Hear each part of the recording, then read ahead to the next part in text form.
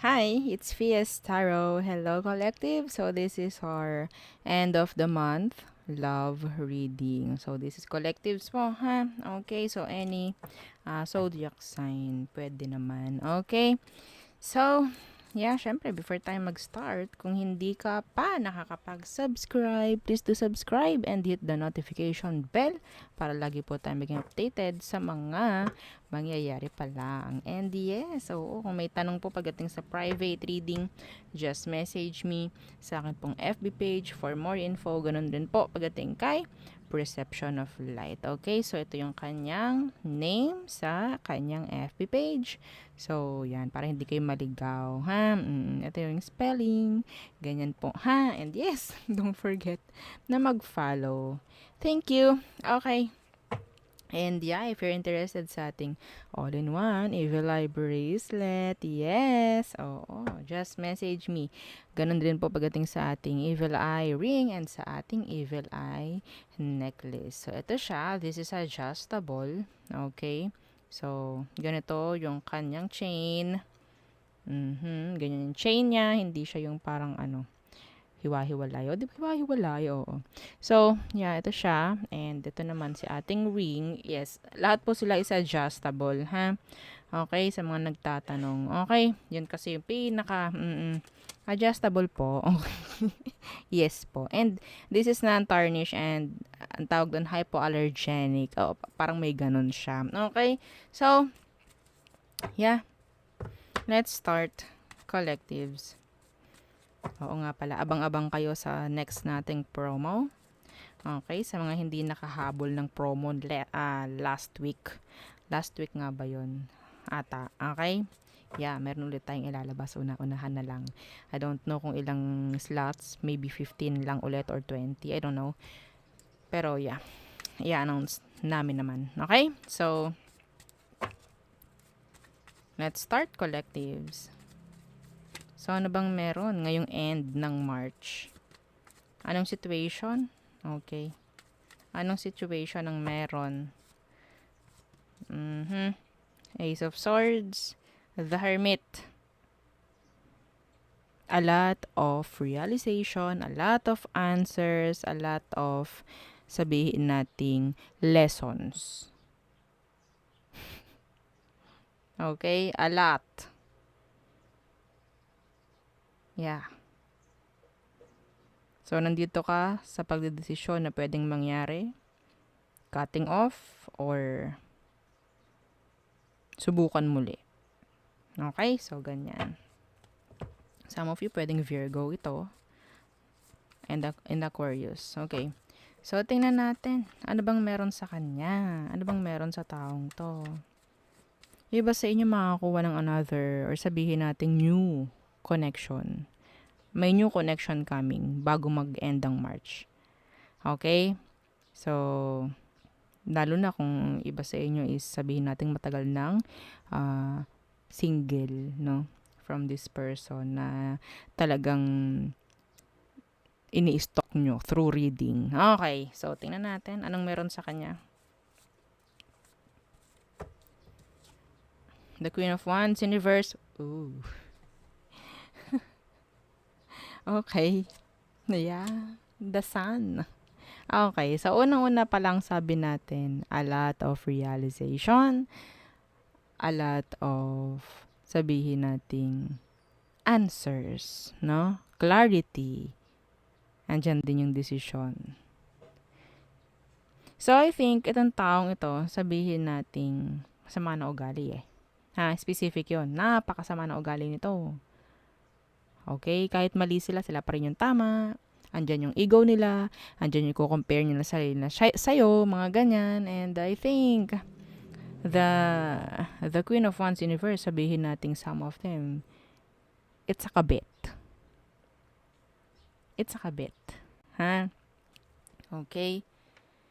Decision na pwedeng mangyari ngayong end ng March.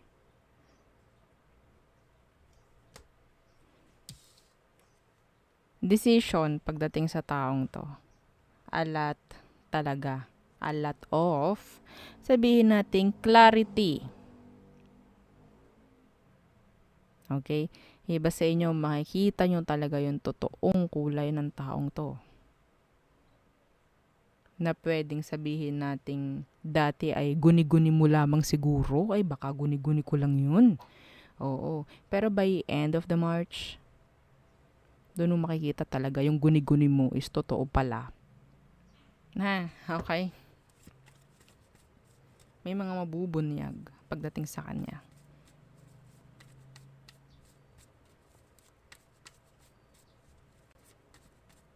Lesson.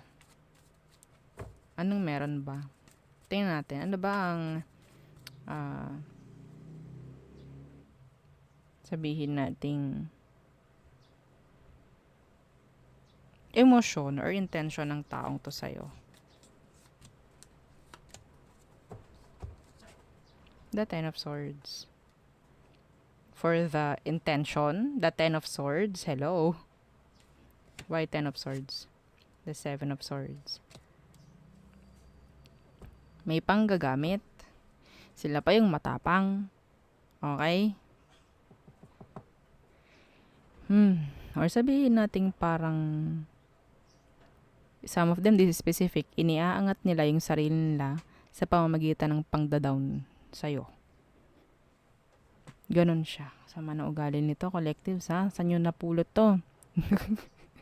At to again, the Two of Swords. Decision. Ang daming beses kang binackstab nitong taong to. May tendency itong taong ito na kapag kaharap ka, okay siya. Pero kapag nakatalikod ka na at wala ka sa paningin, no? Kahit ikaw, kaya kang ilaglag nito, no? Kaya kang siraan. Ganon siya. Okay? May mga ganon na tao, actually. Kahit sabihin nating asawa, jowa, andun yung lumalabas yung totoong kulay kapag hindi ka harap. Eto si ay nako, ayoko sa kanya. Pero, yeah. 'Di ba? Yeah, may ganon siyang personality.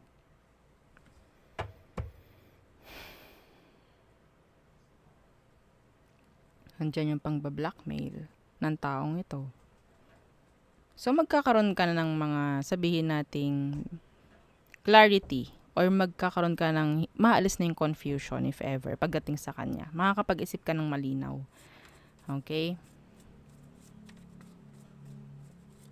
I think. Or pwedeng yun ang kailangan gawin sa sitwasyon. Mag-isip. Okay? So, ano ba ang magiging outcome/advice for the collectives? The Two of Wands universe, pagtalikod. Don't delay. Okay? Yeah, see? Don't delay. Stop procrastinating. Yeah. At nakita rin natin si Two of Swords. Ang daming 2. Angel number 222. Pakitingnan na lang po sa Google. Kung ano pa yung ibang mensahe. Angel number po. Ha? Okay? Avoiding. Pag-avoid po ito. Pagdadalawang isip. Yan. Some of you talagang magkakaroon ka ng pagdadalawang isip sa taong to dahil gumagana na yung isip eh. No? Imbis yung puso na lang palagi. Gumagana na pati yung isip. So, magkakaroon ka ng sabihin nating mga kasagutan. Makakapag-desisyon ka na. Okay? By the end of March, pagdating sa taong ito. Kung ano man yan, may pagpili, may pagka-cut off. Ako nakikita kung sino man ang kailangan may cut off. Sino ba yung kailangang piliin? Yan. Ay nakikita ko sa inyo ha. So, wala na yung confusion because of the Ace of Swords, the Sun, Ganda nito. And ang sasabihin ko sa inyo, kung ano man ang magiging resulta nito, sa ikagaganda nyo rin naman. Okay, sa ikagaganda rin naman ng sitwasyon mo. Don't you worry. Okay, so there, yun ang ating reading for the collectives. Again, don't forget to like, share, and subscribe, and follow our FB page. Thank you.